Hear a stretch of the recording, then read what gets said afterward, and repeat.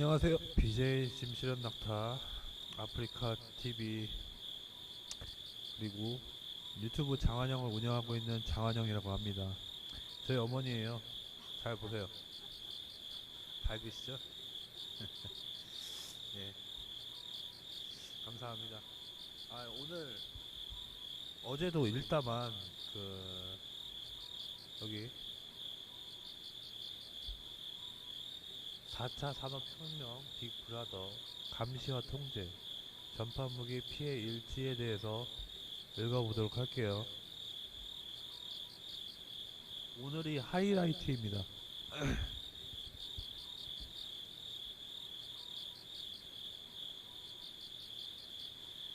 내게 이상한 일이 일어난 것은 16살 때부터였다.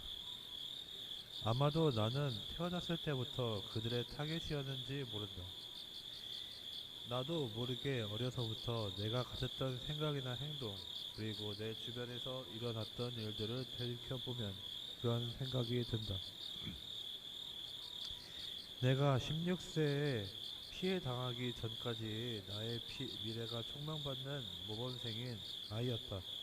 반에서 1등을 놓친 적이 없고 피해를 당하기 시작하면서 4, 5등으로 떨어지긴 했지만 명문 사립고에 어렵지 않게 입학하였으니 말이다. 내가 공부를 잘할 수 있었던 이유는 학원이었는데 이상하려니만치 나는 이 학원에서의 기억을 포함하여 이 시절의 추억이 기억나지 않는다는 것이다. 이 시절에 나는 좋은 성격의 학급에서도 반장을 꾸준히 도맡아 할 정도로 학교 생활을 적극적이고 사회적 참여를 능동적으로 하는 아이였다. 그러다 갑자기 대인 공포증, 공황장애에 시달리며 공부에도 집중할 수가 없었고 이것을 성적 하락이라고 즉시 나타났다. 또 친했던 모든 친구와 관계 단절 등으로 인간관계에서 철저히 고립되기 시작했다. 태어나서 처음으로 느꼈던 수치심과 굴욕감이었다. 어렸던 나는 그런 감정을 극복하지 못했고 정신이 정처 없이 떠돌며 혼란 속으로 방황했다. 부모님과 친구들은 모두 내가 사춘기가 와서 그랬다고 했다. 도대체 이유가 무엇이었을까? 지금 나는 괴롭히는 그 사탄 숭배자들은 어떤 일인지 666 심볼과 히틀러를 몹시 찬양한다. 또 그러한 사실을 그들과 학원 원장 공통점이기도 하다. 머리 스타일이며 표정까지 히틀러를 모방하며 우리에게 매일 하일 히틀러 인사법을 가르치던 원장님이었다. 나를 다른 아이들과 구별하기 신경써 매일 5분 정도 독배를 하고 또 전교 1등을 해야 한다며 신신당부를 하셨다. 그렇기에 나는 원장님의 사랑에 보답하기 위해 열심히 공부했다. 그럼에도 난 전교 1등을 할 수가 없었다. 실망하게 해 죄송했던 맘인지 스스로 혼자 공부해보고 싶은 생각이 뭔지 어쨌거나 학원을 1년 정도 나가지 않았다. 다시 학원을 다니기로 했으나 수업의 질이 심하게 떨어졌고 문원에서 수업을 듣게 되었다. 애틋했던 원장님과 어떤 심리적 거리감이 느껴졌다. 당시 공황장애와 대인공포증이 겹쳐 처한 상황을 이성적으로 냉철하게 인식할 수 없었다. 우호적이든 적대적이든 내 삶에는 언제나 이러한 일들이 흔했다. 어릴 적에는 나는 반에서 눈에 띄는 아이라고 스스로 생각했다. 그리고 학급 반장이었고 역시나 내가 보기에 눈에 띄는 아이들과 위주로 친구들과 교제를 하였다. 지금 생각해보면 이랬던 내 행동이 너무나 싫다. 또 자신은 뭐 대단한 인물이라도 되는 양 조금이라도 궁색해 보이는 이가 있으면 불쌍하기도 생각했는데 이것 또한 다시 생각해보면 이랬던 내가 너무 싫다. 그런데도 이런 행동을 지금까지 고치지 못하고 조금 남아있다. 당시에는 내가 뭐든지 잘 해냈고 누구와도 잘 어울렸는데 협동심은 없다. 조별과제도 내가 혼자 다 하고 좋은 점수를 받았다. 난 또 우두머리가 될 생각이 없는데도 애들은 나에게 들러붙어 자기 맘에 안 드는 애를 괴롭히고는 나를 지켜 세웠다. 그때 나는 정말 별 생각이 없었던 것이 왜 그 아이들이 제지하지 않았는지 모르겠다는 것이다. 그런데 이런 것은 좀 더 나이가 들어서 괴롭힘을 당하는 아이들을 보호해주는 쪽으로 변하였다. 어쨌든 지금은 초등학교 때의 그런 행동이 뉘우치는 부분이 많다. 더 이야기해보고 싶은 초등학교 때 겪은 이상한 사건이 있는데 자다가 입술이 다물어지지 않아 일어나 보니 윗입술이 퉁퉁 부어있는 날이다. 그렇게 생각해보면 이것이 보통 알레르기가 아니라 그들의 장난이었던 것 같다는 것이다. 내 삶에 대한 그들의 전반적인 농락이 언제부터였는지 모르겠다. 그 진실은 그들만이 알고 신만이 알고 있겠지. 전파 피해를 인지하고 나서 과거에 있었던 많은 이상한 일들, 나의 삶에 대해 정리를 해보고 있다. 사실 나는 과거의 트라우마가 다소 풀리지 않는, 그리고 절대 풀 수 없는 어떤 수많은 매들, 그것들은 이유였다. 그런데 그것들은 하나하나 풀리고 정체를 드러내고 있다. 수많은 이상한 일, 막연히 느꼈던 내 삶의 간섭하는 손길들, 20대 초반에 그동안 일궈온 나의 모든 삶이 박탈당하고 파멸당하고 나는 정말 눈뜨고 볼 수 없을 정도로 폐인이 되어 있었다. 나는 그때 나는 막연히 나를 꼭두각시 취급했다고 생각해서 원장 선생님에 대해 원망을 쏟아내고 있었다. 하지만 난 원장님이 나를 사랑하셨던 것을 안다. 결국 깨닫는 건 우리가 할 수 있었던 건 사랑밖에 없다는 것이다. 원장님도 친구도 누구도 나의 구세주가 될 수 없다는 것이다. 숨어 있었으나 사실은 모든 것을 지휘하고 있는 자들을 구분해서 볼 수 있게 되었다. 나는 처음부터 타깃을 불리며 온전히 그들의 것이었고 나의 삶은 그들에게 결정되었다. 그뿐 아니라 그들의 삶도 그들의 것이 아니다. 철저히 조종하여 부와 명예를 얻을 것인가 아니면 삶을 완전히 박탈할 것인가.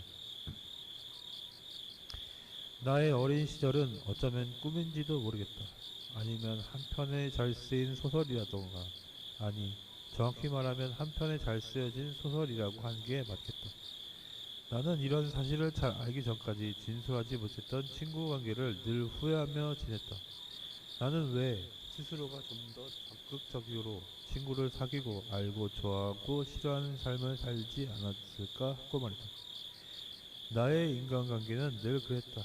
나는 언제나 하는 것이 없고 가만히 있었다. 그들은 나를 가만히 있도록 하고 수많은 친구를 보지 못하도록 내 눈을 가렸다. 그러면 산책된 친구들은 일방적으로 다가오고 떠났다. 아니면 내가 아무런 이유 없이 아무개 친구를 일방적으로 좋아하기도 하고 말이다. 나방의 빛을 쫓아 돌진하듯 그때 나는 이렇게 아무런 이유 없이 일방적으로 맺어진 인간관계가 내 인생을 점철하고 있다는 것을 인지하고 판단할 수 있는 나이가 아니었다. 평범했고 내 곁에 있었고 분명 같이 웃고 떠들었던 내 친구들.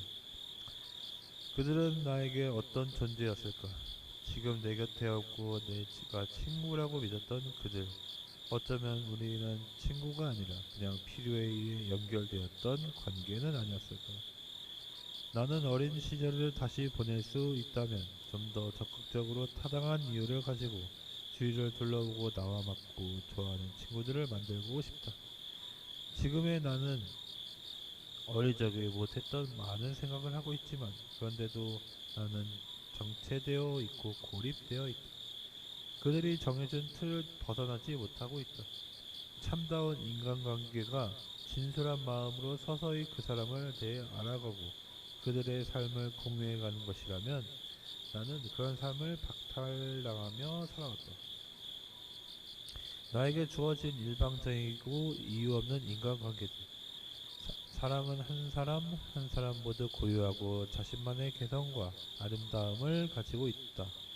그런데 나는 그것들을 알지 못했고 보지 못했고 그들이 선별해준 사람을 특별하다고 여기며 사귀었는데 분하다.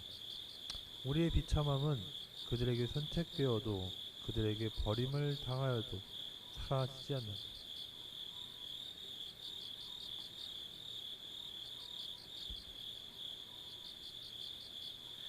내 고등학교 시절에 대한 이야기를 적어볼까 한다. 그들의 공격과 함께 중3을 보낸 나는 안산의 유명 사립고에 입학하였다. 이때 나는 심한 공황장애와 대인 공포증에 시달리고 있었고 제정신이 아니었다. 집에서 나와 학교 주변 고시원에서 친구들과 같이 하는 생활이 시작되었고 내 증세는 더 악화되어 나는 가끔 저녁에 야간 자율학습을 빼먹고 정신과를 다녔다. 우리 학교는 우리 학교는 교회 재단에서 세운 미션 스쿨이 있었는데 담임 선생님께서 교회에 대해 상담 선생님을 소개시켜주면서 상담을 꾸준히 받았다. 어느 날은 상담이 끝나고 집으로 가려는데 내 정신과 주치의 선생님께서 상담실로 오셔서 상담 선생님과 무슨 이야기를 나누셨다. 그 내용은 잘 모르겠지만 나는 그날 이후로도 상담도 정신과도 치료도 그만뒀다. 내 상태가 전혀 나아지지 않았기 때문이다. 그러던 나에게 어떤 선생님 한 분은 눈에 띄었고 그 선생님은 큰 호감을 느꼈다. 그래서 난 선생님이 나를 가르치는 분이 아님에도 불구하고 선생님을 계속 쫓아다녔다. 신기하게도 결국 그 선생님과 교회에서 셀 모임 선생님 교사로 담당 교사로 친분이 생기게 되었다.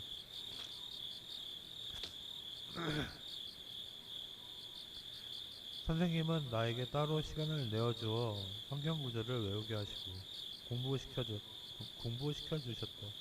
나이가 한참 들어서도 나는 그 선생님을 굉장히 좋은 분으로 기억하곤 한다.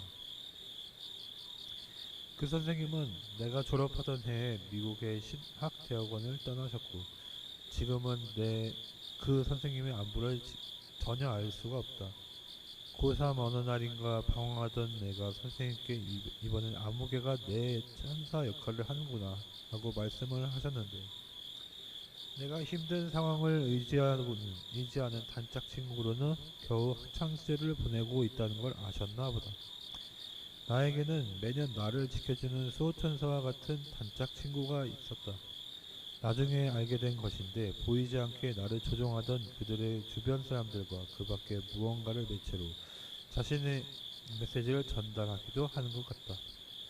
고등학교 2학년 때 친구로부터 이상한 이야기를 들었다. 우리 학교의 선배 중에 자살한 언니가 있는데 그 언니가 전교 1등을 하고서 자살을 했더란다. 이유인즉 자신이 앞으로 불행한 나라를 살 것 같은데 가장 행복한 순간에 죽고 싶어서라고. 그 친구는 내 얼굴이 웃고 있는데 슬픈 얼굴이라며 내가 자살하고 싶어 하는 걸 알면서도 그에게 그런 소리를 했다. 고등학교 시절은 나는 정말이지 한순간도 빠짐없이 숨쉬듯 죽음을 생각했었다. 어느 날인가 끝없이 떨어지는 기분 속에서 다시 올라가는 날이 있을까 하고 생각했던 적이 있었는데 이제 더 이상 나에게 그런 나날은 없을 거라는 슬픈 예감이 들었다. 그러면서 나는 끝까지 버텼다. 보이지 않는 그들은 내가 고등학교 3학년이 진학하자마자 나를 자퇴시킬 계획을 세웠다. 친구들로부터 은근히 따돌림을 당하게 하고 친구들 사이에서 온갖 루머가 나돌았다. 고3 때 가장 친했던 친구는 나를 힘들게 했다. 그때 그 친구는 나를 자퇴하고 검정고시를 보라는 등 대안학교로 전학을 가라는 등 알 수 없는 소리를 하며 나를 혼란스럽게 했다. 이때 나를 잡아준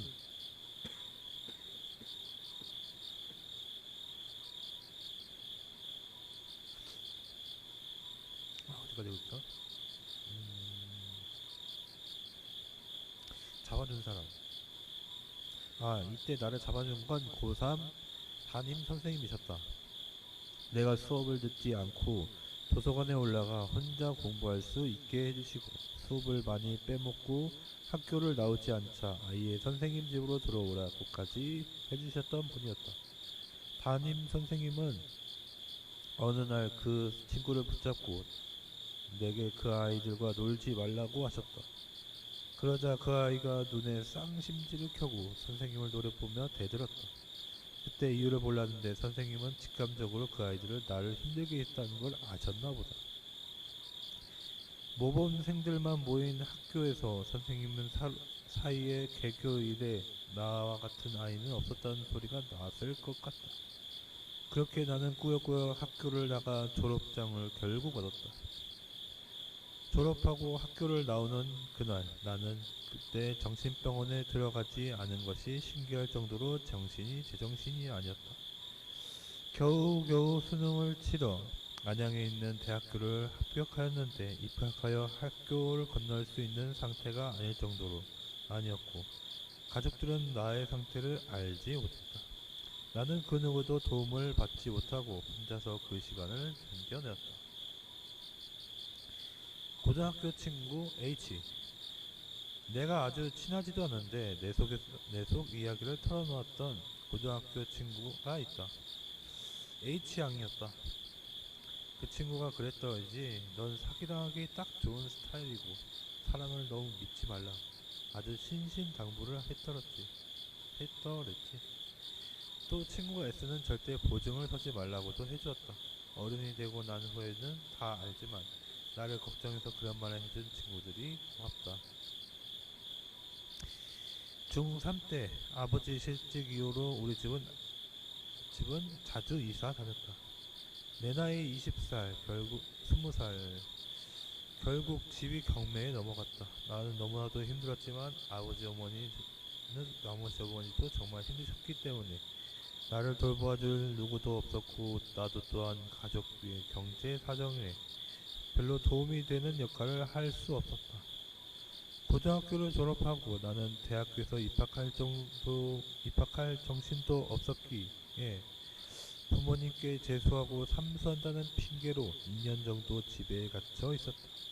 아마 그때쯤 사회의 은둔형 외톨이라는 단어가 떠올랐던 것 같다. 내 인생에서 가장 비참하고 처절하게 외롭고 인간 같지 않았던 시기였다. 난 정말로 한 마리의 짐승이었다. 난 홀로 집에 갇혀있는 중 전파를 통해 빙이 된 것 같은 정의감과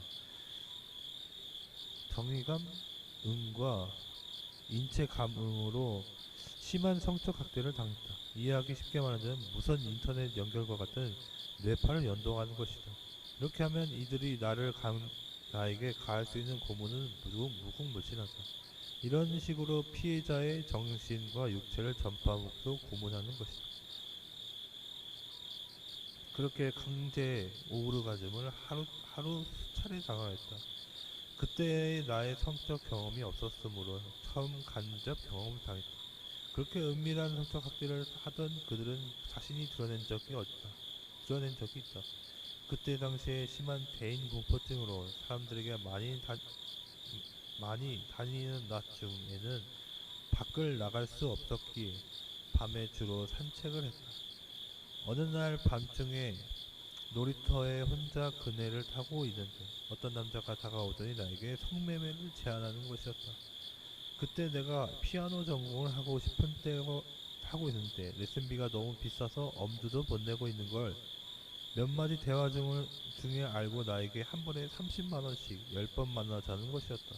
나는 그때 남자친구 한 번 사귀어 본 적이 없었다.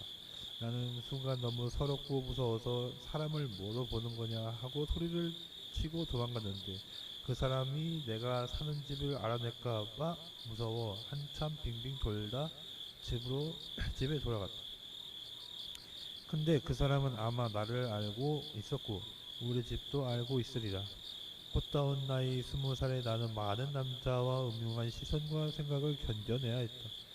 나는 그 이후 너무 무서워서 잊지도 않은 남자친구에 있는 신용을 하느라 왼손 네 번째 손가락 반지를 끼고 다니며 남자친구가 있는 신용을 했다.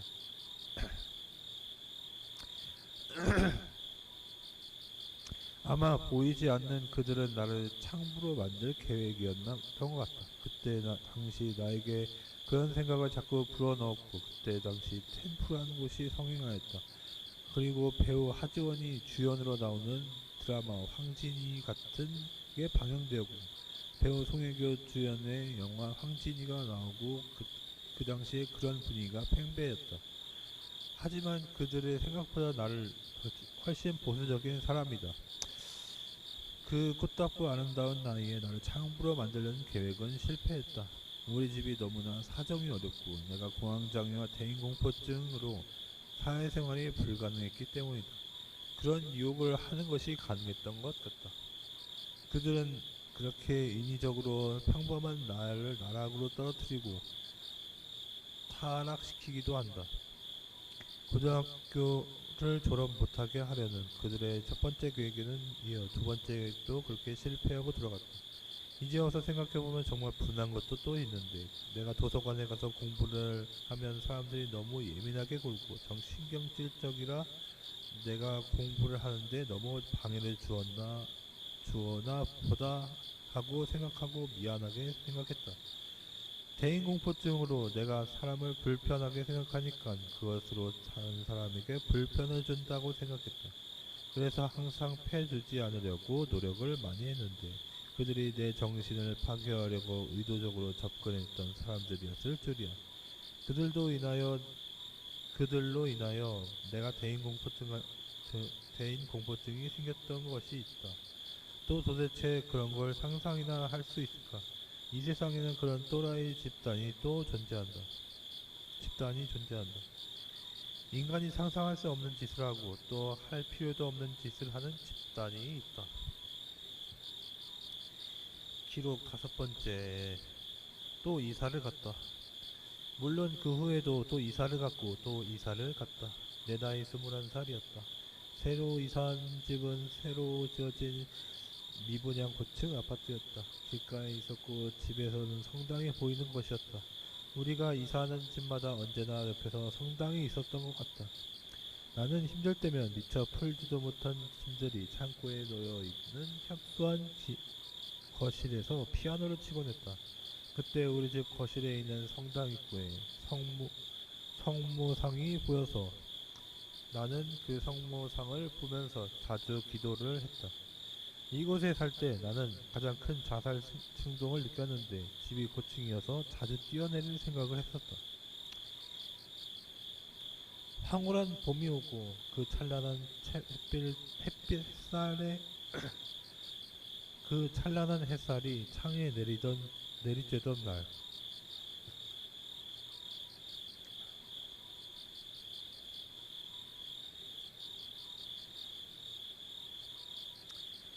집에서 홀로 남겨진 낯이 있었던 것 같다.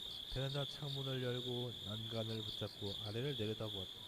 성모상이 보였다. 차들이 지나가는 것이 보였다. 바닥을 내려다보며 뛰어내려 내 마음속에서 소리쳤고 내 영혼이 정신이 수십 번 그곳을 뛰어내렸다. 창가에서 매달려 바람을 맞으며 이렇게 멍하니 서 있다가 다시 문으로 닫고 제자리로 갔다. 그 후에도 이런 행동을 자주 반복하였다. 가을쯤 됐을까? 하늘이 높고 푸른 날이었다. 구름이 시원하게 떠 있었고 가슴이 탁 트이도록 푸른 날이었다. 대인공포증이 심했던 나는 옥상으로 산책을 다녔다. 어느 날 옥상 난간에 올라가 섰다. 정말 아득히 높았고 밑에는 떨어지는 길이 굉장히 시원해 보였다. 바람이 시원하게 불었고 높은 곳인데도 바닥이 가까워 보였다. 지금 생각해보면 어떻게 그곳에 서 있었는지 모르겠다. 제정신이 아니었던 것 같다. 그때도 변함없이 바닥을 보며 뛰어 했던 것 같다. 나는 한참 서서 바닥을 내려다보며 다시 제자리로 돌아와 집에 갔다. 정말 내가 힘들었던 날은 세상에 가장 아름다웠던 날이었다. 기록 5-1 선배이자 교회였던 오빠였던 T. 나는 사람과 관계에서 거의 고마움과 배신감을 동시에 느끼는 경우가 많았던 것 같다. 중학교 선배이자 교회 오빠였던 T도 그랬다. T 오빠도 내가 20살 시기에 홀로 고립되었던 시기에 유일한 소통이었던 바로 교회의 오빠였다. 그는 서울에 있는 학교를 다니기 위해 우리 집 근처의 지하철역을 많이 이용했는데 성년의 날 때 장미꽃도 한 송이 사주고 여러 가지로 잊을만한 하면 한 번씩 나를 챙겨주고 그랬던 오빠다. 그런데 T 오빠는 그 교회가 이단이라고 나를 교회에서 다시 불러온 오빠도 이단도 같다고 욕을 했다. 그래서 나는 정말 그 교회가 이단인가 생각해 보았지만 T 오빠의 판단이 잘못되었다고 생각이 들어 무시해버렸다. 내가 화가 나는 것은 T 오빠의 의도가 너무 나쁘다는 것이다. 절망의 끝에서 유일한 한 줄기의 빛이었던 곳이 교회였다.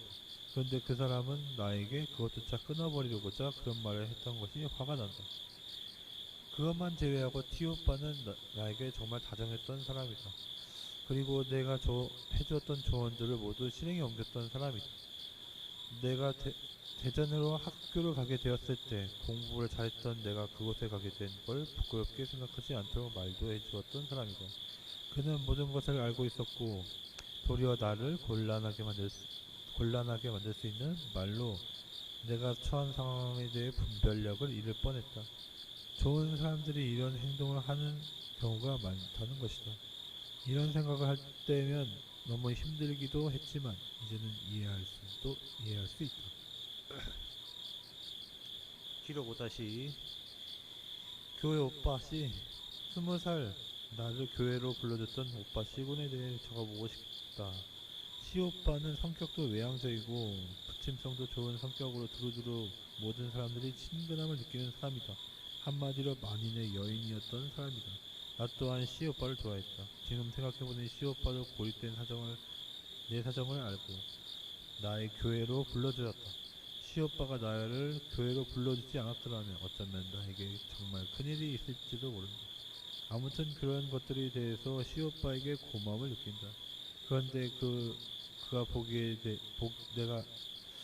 내가 자기도 훨씬 좋은 위치에 있고 동정할 가치가 없는 인간이라고 생각한 것이 아닌가 싶다.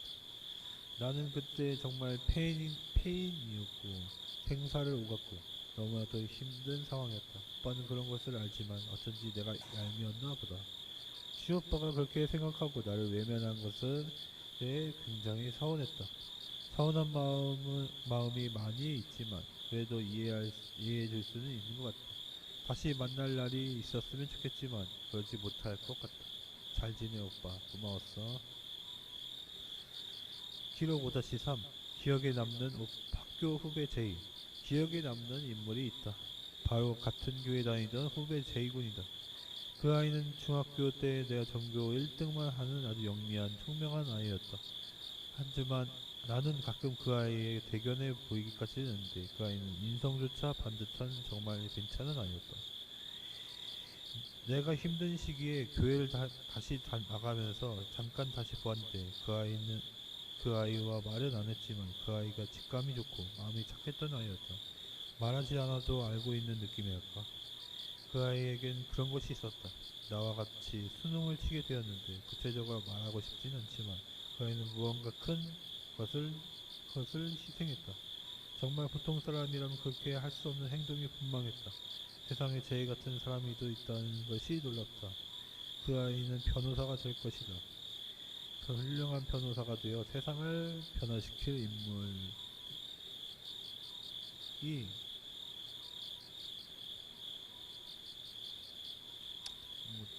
될 것이다. 기록 6 21살의 첫사랑이 찾아왔다. 매일 뛰어내릴 생각에 빠져 있었는데 그때 나는 정말 위험했던 것 같다. 홀로 있었기 때문이다. 중학교 때 다녔던 교회 오빠가 어떻게 나를 찾아내서는 다시 교회로 불러냈다. 그리고 그 교회에 가서 알게 된 사람이다. 그 사람은 나보다 3살이 많았는데 말은 많지 않았지만 내 이야기를 정말 잘 들어주고 마음이 따뜻했던 사람이다. 나도 그렇고 그 사람도 둘 다 어렸다. 그런데 나는 그 사람이 굉장히 어른으로 보였던 것 같다. 그 사람은 집안 가정 형편이 어려워서 대학에 못 가고 군대에 다녀와서 일을 하고 있었는데 나를 만날 때쯤엔 우리 집 근처의 대학에 야학을 다녔다. 바쁜 중에도 늦게라도 보고 계속 문자와 답을 하며 하루 종일 대화를 이어갔다. 그리고 굉장히 피곤했을 텐데 자주 저녁 집 앞에 찾아와 나를 불러내서는 내 이야기를 동무를 되주었다. 그리고 자주 안아주었는데 아직도 그 사람은 가슴에 스며 나오던 따스함이 잊혀지지 않는다. 가슴이 정말 따뜻했고 정말 큰 위로였다. 하지만 나는 그 사람의 성숙함을 따라갈 수가 없어서 언제나 거리감을 두곤 했던 것 같다. 그 사람이 가깝다는 생각이었다. 그만큼 사람은 정말 괜찮은 사람이었다. 멋있는 사람이었다. 그런데 내가 죽은 후에 그 사람이 그 사람에게 큰 상처를 줬다. 내가 언급할 일이 다시 있을지 모르겠지만 내가 그렇다. 하지만 그 사람은 지금 좋은 사람을 만나고 있을 것이다. 나는 잊을 수가 없다. 그가 떨어져도 들어질 수 없는 바닥의 뒹굴대 가로수 불빛 아래 벤치에 앉아서 이야기를 나누던 우리의 말이다. 때론 가장 힘들 때 가장 잊을 수 없는 기억이 만들어진다. 기록 7. 지옥 같았던 20살과 21살을 보내고 22살. 대학에 입학하기 전 나는 보이지 않는 그들의 내가 한 번 더 자신을 드러냈다. 대학에, 대학에 입학하기 전에 편의점에서 한 달 정도 알바를 했었다. 평생 태어나서 처음 해보는 사회생활을 했다. 그때 나는 지금보다 훨씬 어렸다. 예쁘고 어렸다. 그랬다. 알바를 하고 있는데 어느 날은 어떤 남자가 우유 같은 것을 계산하더니 먹으라고 주고 간다. 다음 날은 또 그 사람이 왔다. 나를 스쳐 지나가더니 또 무엇인가 가져가서 계산하고는 나더러 먹으라고 하고 주고 간다. 그는 그렇게 몇 차례 더 왔다. 그리고 내 이름을 물어보고 갔다. 그 사람은 이름을 물어보고 하더니 얼마 후 선물과 편지를 두 편으로 보내왔다. 그때가 겨울이었고 크리스마스 선물이었던 것 같다. 곱게 쓴 편지가 있지 않는데 어쩌고 저쩌고 블라블라. 나는 황당 그 자체였다. 이 사람은 도대체 뭔데 갑자기 와서 다짜고짜 대시하는 것일까?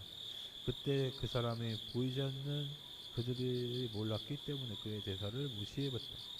꽃도 내다 버리고 그 사람이 준 선물을 다른 친구들에게 줘버렸다.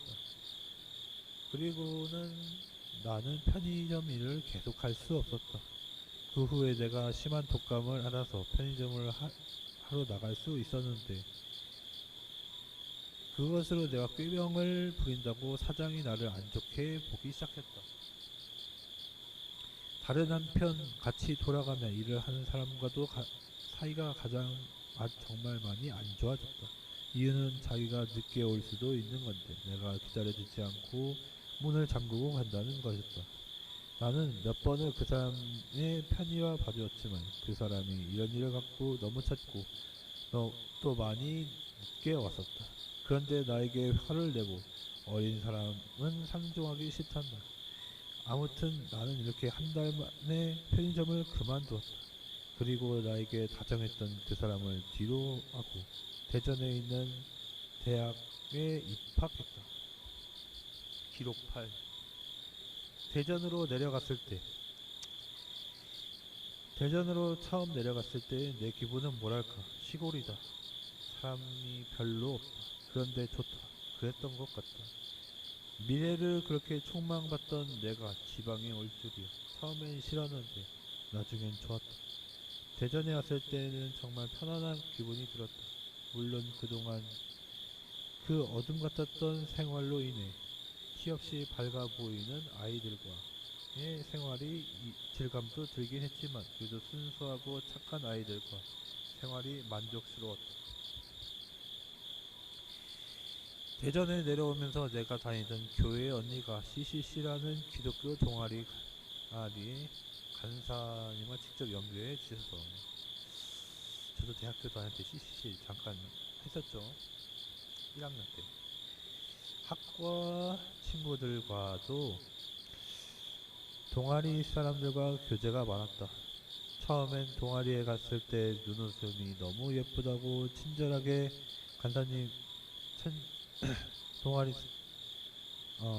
처음에는 동아리 갔을 때 눈웃음이 너무 예쁘고 친절하신 간사님에게 반했는데 중요한 것은 여기서 내 연인을 만나게 되었다. 바로 S군이다. 나는 S군을 처음 보았을 때 이 사람과 나는 인연이 있는 사람과 같았다. 그리고 바로 우린 데이트를 했고 교제를 시작했던 것 같다. 사실 남자친구 애인이라는 것 처음 불렸던 사람이다. 내 첫 남자친구가 생긴 것이다. 바로 시크릿이라고 마음속에 그리면 그것이 나에게 다가온다는 믿음이 있었다고 한다. 성당이 내려다 보이는 집에 살 때 그것이 강하게 떠올랐고 내 배우자를 시크릿에 적응했다. 그리고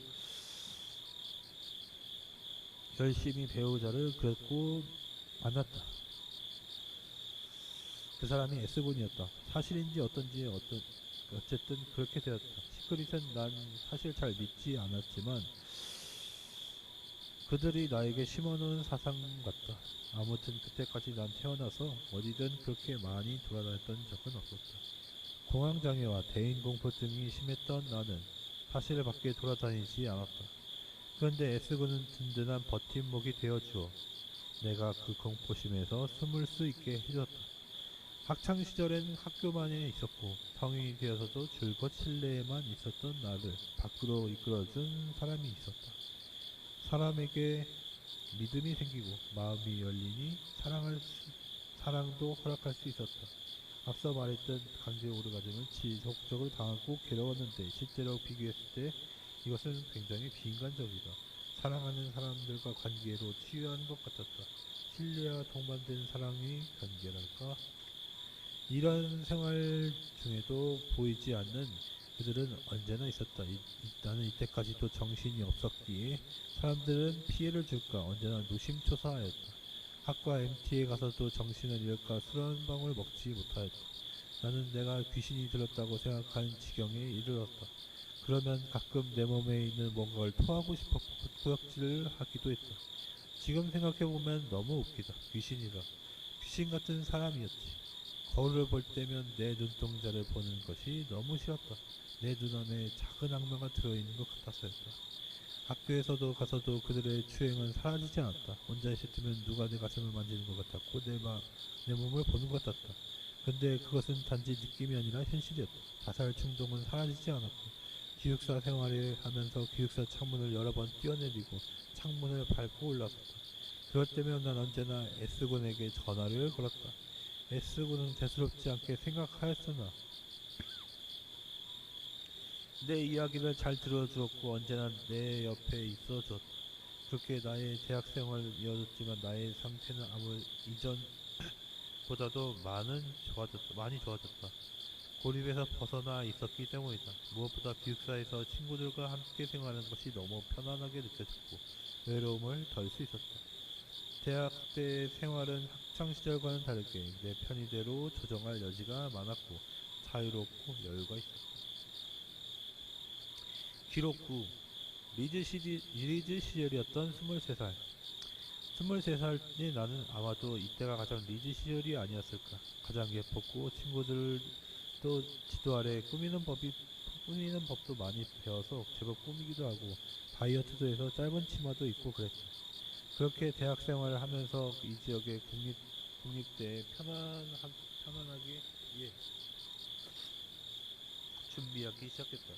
아마도 국립대 정도가 되면 내가 잃어버린 친구들에게도 연락을 할 수 있지 않을까 하였다.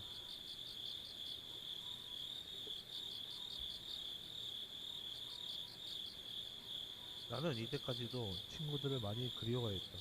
내가 연락을 단절한 친구들 중에는 나를 원망하는 친구들도 몇몇 있다. 과연 우리가 친구이긴 했니? 어떻게 이러니? 라며 말이다. 내가 그때는 그만큼 자존심이 셌다. 반면 자존감은 바닥이었다. 심한 열등감에 그리고 패배의식에 찌들었다. 그리고 다음 해에 편입할 생각이었지만 한 번의 고배를 마신 후에 그 다음 해에 성공하였다. 학기 중에 중간 기말고사를 준비할 때였다. 이때마다 드는 기분이 나는 성공하는 20%에 들지 못하는 거였다.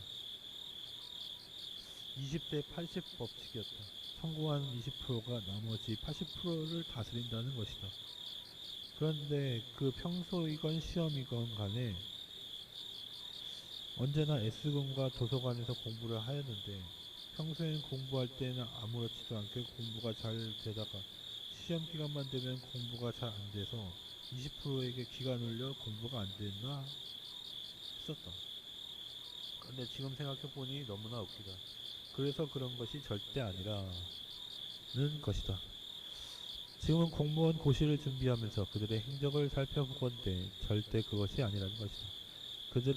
그들은 얼마든지 공부를 못하게 방해할 수가 있다. 이것을 보이지 않을 때 사람의 패배의식에 빠지게 만든다. 그것을 나는 여지껏 알지 못하였고 말이다.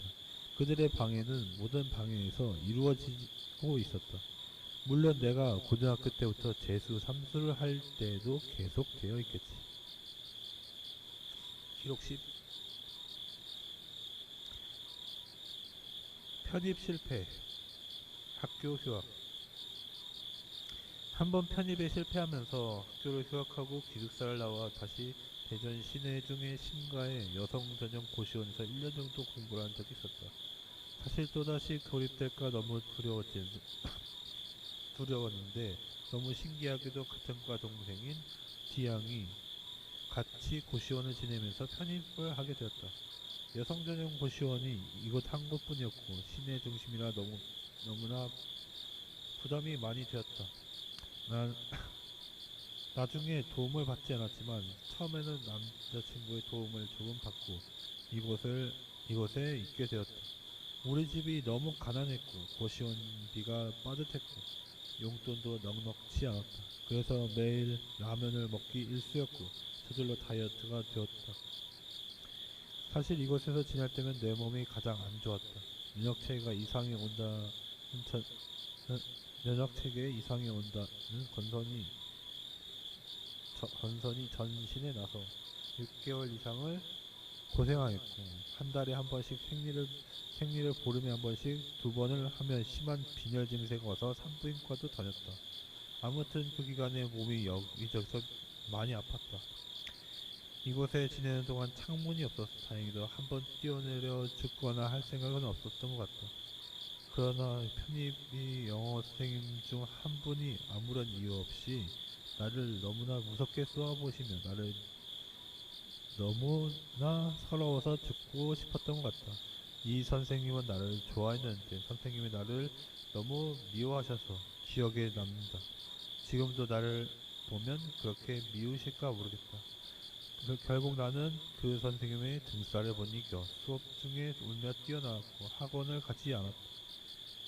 그러던 어느 날 보이지 않는 그들이 나의 자신을 또 드러냈다. 엘리베이터 친구가 타고 내려오는 데 있었는데 어떤 스윗하고 자상하게 생긴 어떤 남자가 나에게 말을 걸었다. 그 남자는 굉장히 스윗한 목소리로 우리에게 시크릿은 아냐고 했다. 나는 가만히 있었다.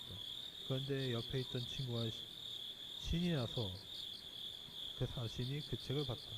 자신은 그것을 안다. 어쩐다 하면서 그가 그 수위가에서 말을 재밌게 하는 거였다. 결국 1층이 다다르고 그 수위가는 나에게 시크릿을 다시 한번 강조하며 떠나갔다. 나는 그때 그 사람이 참 특이하고 생각하며 넘어갔었는데 그러면서도 나는 그 시크릿을 놓치지 않았다. 그 사람의 말을 잊지 않았다. 그래서 연세대에 놀러갔던 때를 떠올리며 연대 정문에 들어갔을 때 장경을 계속 머릿속에서 그렸는데 좀 신기하지만 내가 편입한 학교의 정문이 연세대 짝퉁 별명이 있을 만큼 비슷한 곳이란다. 그냥 우연의 일치라고 믿고 싶다.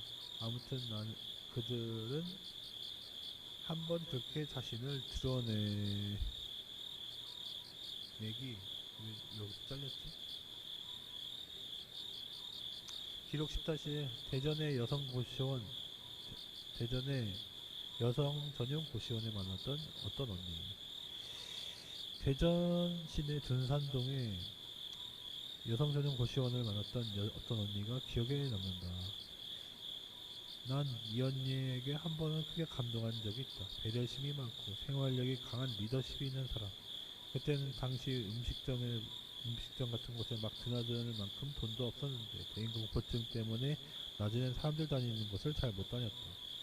그건 나를 데리고 당당히 빵집으로 가 부끄럽지 않다는 듯 딱 한 개만을 사서 계산해 보았다. 그것은 가난해도 당당하게 살라는 무언의 메시지였다. 그리고 자신의 적금을 들고 있다며 나에게도 다시 적금을 들면 좋겠구나 하는 것을 가르쳐 주기도 했고, 내가 뭣도 모르고 남자들에게 선물을 받을 때 행실을 택하는 게 아니라 순진했던 나를 이해하며 훈육해 주기도 했던 언니다. 조금 오해 소지가 있는데 어떤 남자 후배가 내가 좋아하는지 십자 펜던트 목걸이를 사준 적이 있다. 그런데 그것은 마음에 들어 나는 그것이 마음에 무척 들어서 받아버렸다. 아무튼 다음 해에 그 언니를 만났던 적이 있었는데 내가 심심치 않게 실망스러운 행동을 했더랬다. 죄송합니다. 언니 고마워요. 기록 10-2 그리고 그 시절에 만난 사람들. 내가 이분들에 대해 언급할 날이 오게 될 줄 몰랐다. 내가 편입 공부를 할 때 학원의 두 분의 영어 선생님이다. 한 분은 나를 너무나 미워하셔서 나를 학원에서 내쫓다시피 하신 분이었고, 한 분은 내가 따뜻함을 느끼게 해줬던 분이다. 나는 따뜻함을 느끼게 해줬던 분이 대해 적으련다. 그분은 내가 대인공포증에 있는 걸 아셨는지 대인공포증이 괜찮다, 어쩐다 위로해주는 것 같다. 그리고 수업 시간에 자신이 땡땡 증권에 투자하려고 맡겼는데 한순간 몇천만 원을 날려버렸다면서 나쁜 놈들이라고 하고 그런 놈들에게 절대 돈을 맡기지 말라고 알려주셨다. 그때는 그저 유익한 정보인 줄만 알았는데 이제 생각해보니 따뜻한 마음이었다.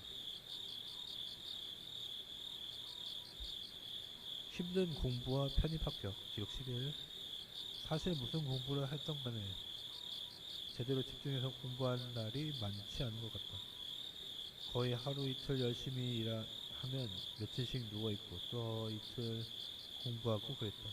그리고 공부할 때 한 줄 가지고 수십 번 읽은 적도 허다하다. 조는 것과 비슷하게 계속 정신을 잃기 때문이다. 아무튼 불가항력적이다. 그렇게 준비를 마치고 편입 면접 날이 되었다. 서울에 있는 학교에 편입할 생각이었는데 나중에는 그것이 어려울 것 같다. 지방 국립대 편입을 위해 마지막 토익 시험을 보았고 벼락치기로 토익 시험을 점수가 잘 나와서 편입이 유리하게 되었다. 그래서 지방 국립대 편입 면접을 보는 날 면접관의 좋은 반응으로 면접에 합격할 수 있었다. 편입에 합격한 이후 자신감이 많이 향상되어 기가 조금 살았었다. 그리고 거처를 학교 근처로 옮기고 그곳에서 생활이 또 시작됐다. 기록 12. 수많은 이상한 일과 좌절, 우울함 이렇게 한 줄 한 줄 써가면서 느껴지는 것이 있다. 내가 100만큼 느껴야 할 이 한 줄이 써질까 말까 하는 게 인생이란데 사실 짧은 글로 과거를 정리하고 있지만 나에게 정말 많은 이상한 일들, 어려움들, 좌절들, 비참함, 우울함이 있었다. 100번 정도의 우울함을 겪고 나서야 한 번의 우울함을 말하는 것 같다고 할까? 그동안의 나의 삶은 나에게 모든 것을 버리라고 말했다. 그리고 자유로워지라고 했다. 그것은 너가 살아갈 방법이라. 기록 13. 자취 생활의 외로움과 그에 대한 학업의 열중. 2010년 25세 궁동에서의 생활이 시작되었다. 궁동에서의 생활은 궁동이 뭐지? 궁동?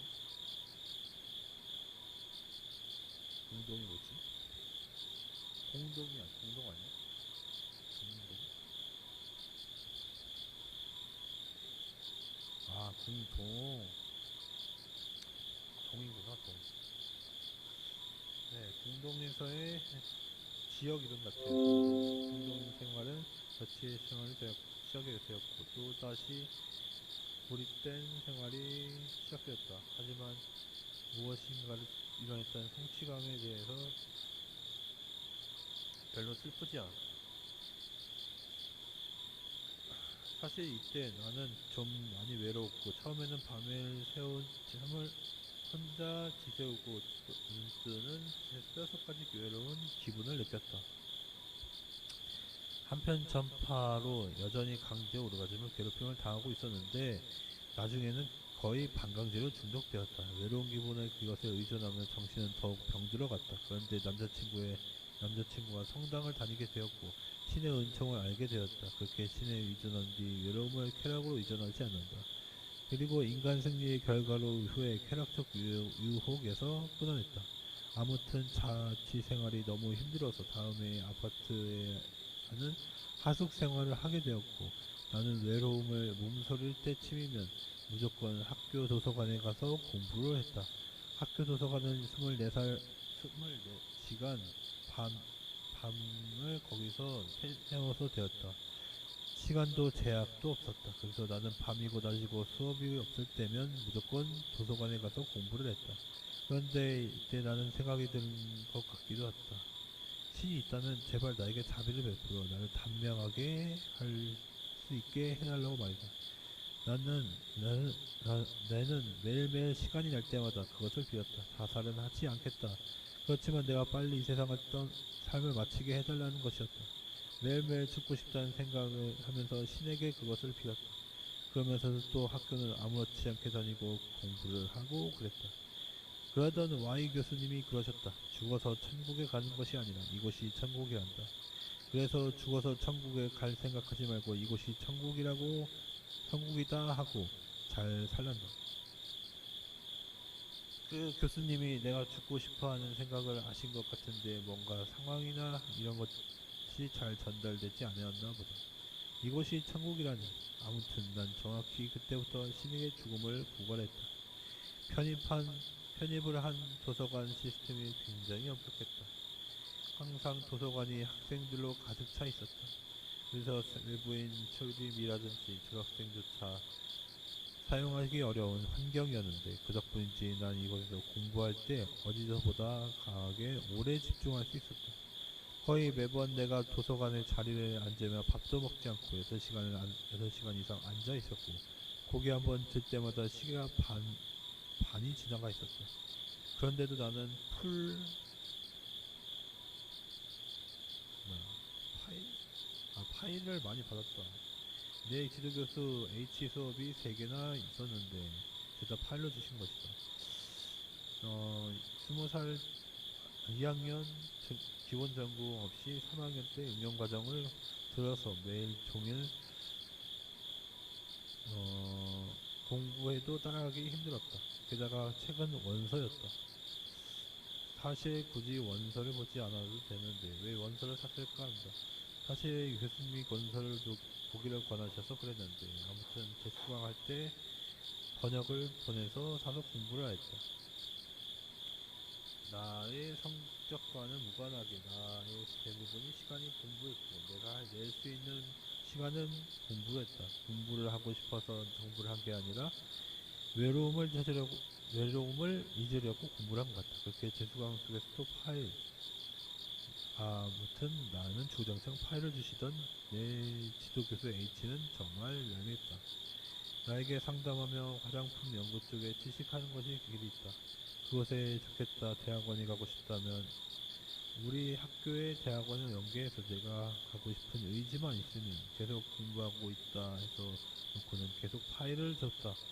사실 보통 출석을 전혀 하지 않을 경우에는 F를 주고 준다. 출석을 전혀 하지 않는 경우에는 F를 주고 아니면 D를 준다. 출석 중요하죠. 출석 많이 빠지면 다 F입니다. 그리고 성질이 폭발하여 교수님 잘 있어라 하고 학교를 나와버렸다. 내가 부당한 취급을 받을 수 일수록 오기를 부리며 빚을 않는다. 아마도 내가 편입을 했으니 잘하는 모습을 보여라. 욕심이 품었거나 아니면 갑질이거나 수업도 다 나가고 시험도 쳤는데 F라니 정말 나쁘다.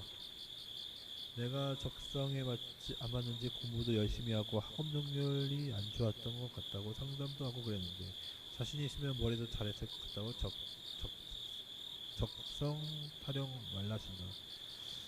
그래 교수님 잘나셨다. 내가 그 교수님 덕택에 그만큼 공부하고도 학교를 졸업 못하고 6년이나 되지도 않는 공무원 시험에 목숨을 걸었다. 나이도 차고 해서 취업도 더 어려운데 학교 졸업장도 없다. 아마도 그들이 나에게 편입시켜준 이유는 내가 졸업할 때 졸업을 못하게 방해하면 된다고 생각하는 모양이다. 아무튼 나는 나의 흑역사이다. 참고로 2017년도엔 이후에는 기록이 아직 적지 못해 언급하고 못했는데 2017년부터 2021년까지 간호조무사 자격, 기계설비 산업기사 시 캐드 자격증 사정이 있어서 강사 자격증은 따지 못했지만 무려 5년간의 훈련한 스피닝 강사 자격이 있다. 별거 아닌 듯 보일 수 있지만 내가 이것들을 취득함에 있어 엄청난 고난이 있었고 또 여러 많은 사람의 도움이 있었다. 나에게는 보통 일도 주어지기 어렵다. 보이지 않는 유리 천장이 있었는데 그것이 또한 낮은 곳에서 그어져 있는 기분이랄까. 보통의 인생 밑에는 그어져 있는 것 같다. 앞서 말했듯이 여러가지 다른 분야에서 자격증을 취득한 것은 내가 정말 아무것도 못해서가 이러고 있는 것이 아니라는 것을 증명해 보이고 싶었기 때문이다. 그래서 그들이 죽기 살기로 투쟁하는 것이다. 이 책에서 2017년 이후의 기록이 없는데 사실 2017년부터 2022년 현재 많은 일들이 있었고 기록할 것이 많은데 사실상 그 기간에 너무 바빠서 글을 쓸 여유가 없었다. 나중에 시간이 되면 그 기간의 일들과 만났던 사람들에 대해서 더 적어보고 싶다. 기록 13-1 또 다른 열심을 냈던 한 가지 운동. 궁동에서 자취했을 적에 내가 열심히 한 것은 한 가지 더 있었는데 바로 운동이었다. 건강을 위해서라기보다는 예뻐 보이고 싶어서였겠지만 집에서 운동을 열심히 했다. 그때 나의 생활 수업은 갔다 오면 바로 침대에 뻗어서 온종일 누워있던가 아니면 도서관에 가서 공부를 하던가였다. 6-7평 정도 되는 원룸에는 침대며 책상이며 부엌 화장실도 다 있었다. 말이 원룸이지만 거의 고시원 수준이었다고 해야 되나? 지금도 그렇지만 그때와는 나에게 무기력하면 무조건 침대에 있었다. 그렇게 천장만 보며 시름없이 누워있다가 운동을 해야겠다고 생각한 것 같다. 그리고 예쁜 옷을 입고 싶었다. 그리고 연예인이 몸매 관리를 하는 것이 상상하며 정말 연예인처럼 운동을 잘할 때에는 쉴 새 없이 온종일 운동을 했다. 누워있는 동안 계속 운동을 했다.